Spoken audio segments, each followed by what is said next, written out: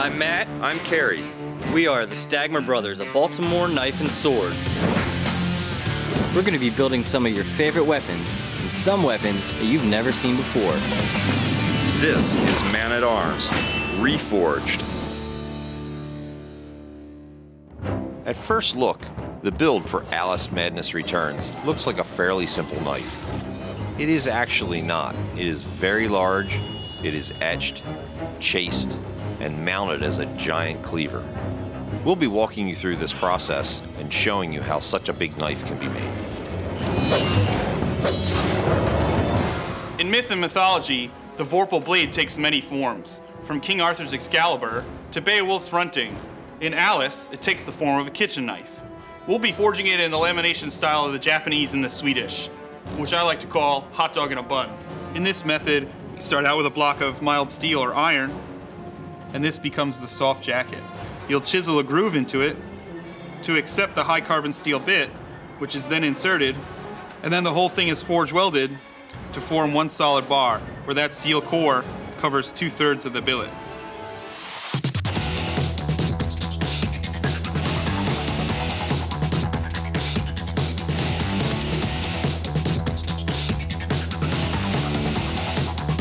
Using a hot cut under the power hammer, Sam cuts his material to length and begins to do his preform so that he can get his weld. Sam will be using 1075 high carbon steel for the insert on this. He takes it to the hammer and brings it down to the size that he's looking for.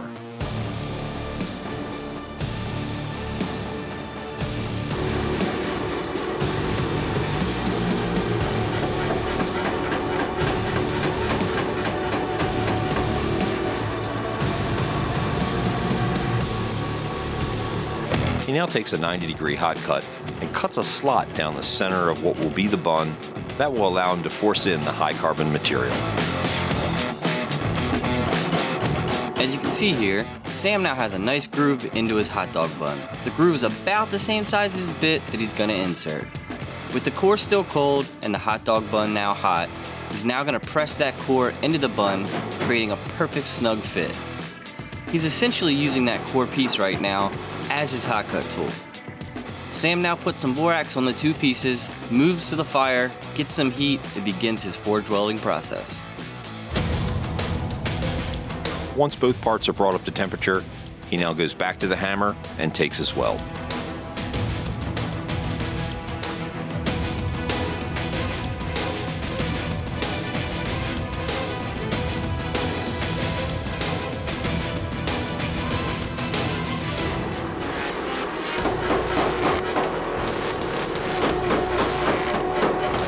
You can see here that Sam's using the corner of the dies to draw out that edge a bit. This produces a natural curve.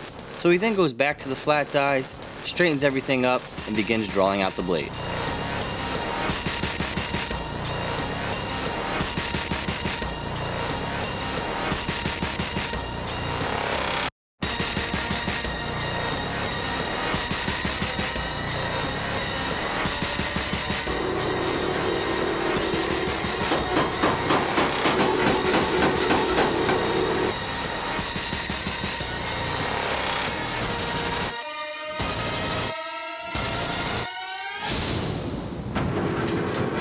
Going back to the hammer for a final time, he knocks down the tang so that it'll fit inside of the handle.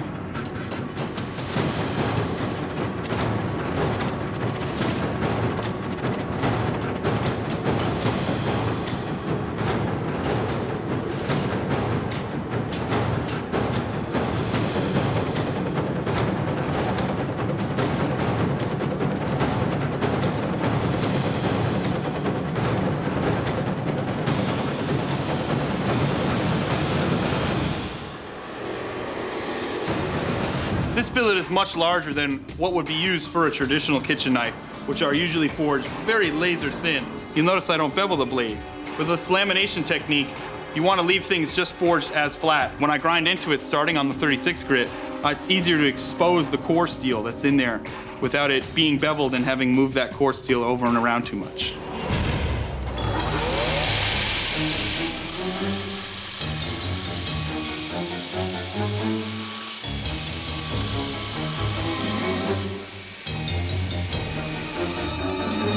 On blades of this construction, we actually have to be careful that we keep the hardened material down the center. So as Sam makes this grind, he'll be watching for the shadows that show this hard material versus the mild steel on the outside. If he's got a little extra material from one side or the other, this is the time to correct it.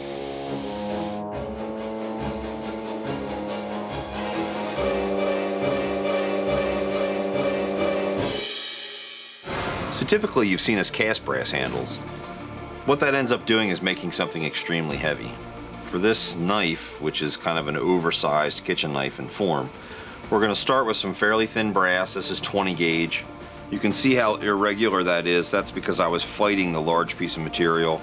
Now that that's gone, I can take the cutters, I can come right up on my line, going to shave it, and then I'll end up rolling it, brazing a line, and then we're going to forge it form. So we'll be raising that top together, re-braze the end, and then the whole thing will be filled with pitch, and we'll do it in repoussé, and that'll make a much lighter handle. It'll be much nicer for the entire piece when we finish. Now I've ground all the scale off. I'm going to move into grinding the primary bevel. This will be a full flat grind from edge to spine. I gave it a rough etch to see where the core bar is, so I can bias to one side or the other if need be to make sure that core is centered. It looks pretty good, so I'm going to get grinding.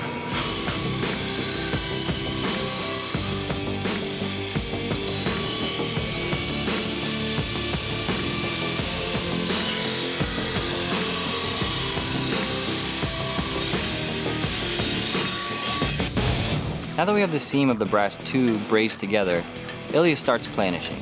Before moving on to the repoussé and chasing, he wants to make sure that that seam is nice and flush.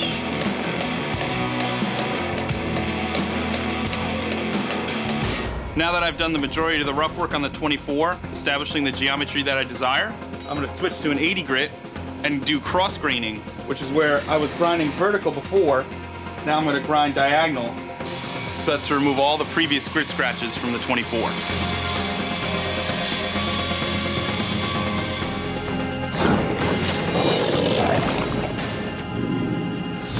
I'm done with the grinding on the 80 grit, the last of the grinding belts. Now I'm going to move to a 120 grit, which is the first of the polishing belts.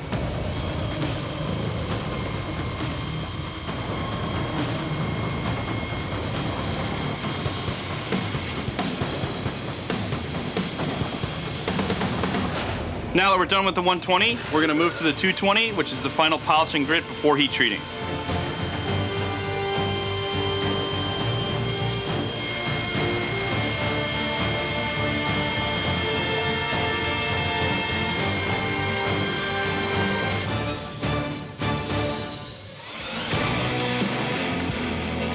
To reach the primary form that we want in this handle, I'll be shrinking the brass, driving it in on itself, and making the actual piece smaller.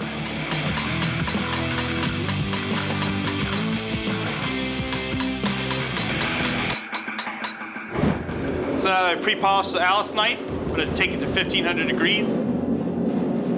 The fire reveals the delineation line between the core steel and the jacket steel. The jacket steel being mild and the core being 1075.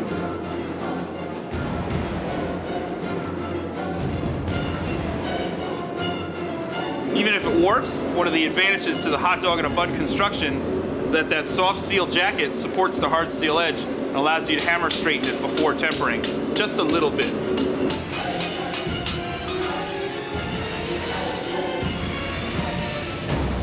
So we have most of the form that we're going for. We're going to crush this a little bit later. It's going to give us a little bit more form in the back.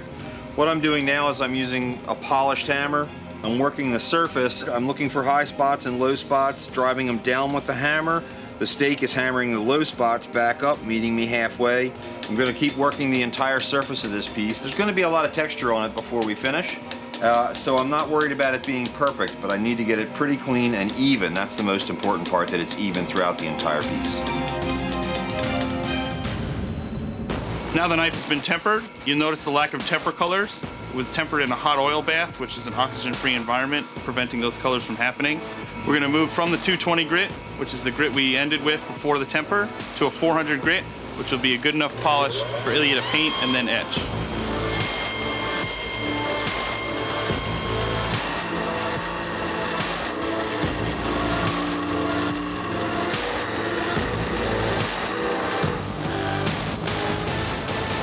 I'm about to use resist to draw the designs on the blade. After that, Matt is going to dip it in acid, which will etch the design permanently onto the surface. The vine work on the knife itself comes straight out of Lewis Carroll's poem about the Vorpal Blade in Through the Looking Glass. So what I'm using is regular nail polish. I found it to be probably the best commonly available resist for etching. I'm once in a while diluting it in acetone to make it a little bit less viscous. Now that Ilya has painted the design on the blade, I can now place it into the acid for the etch.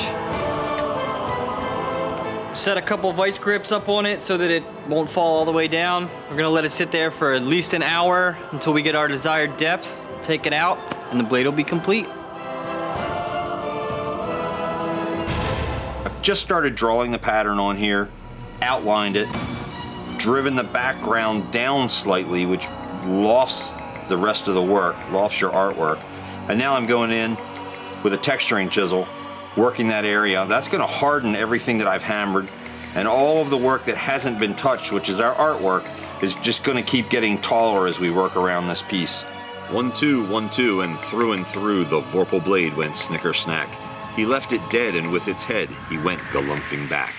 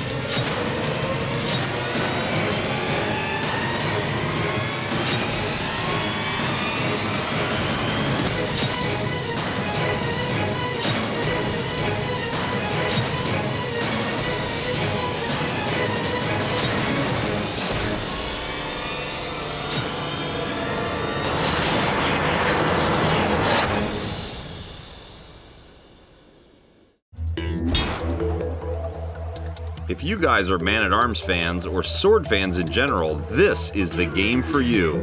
Click on the trailer below and download it now.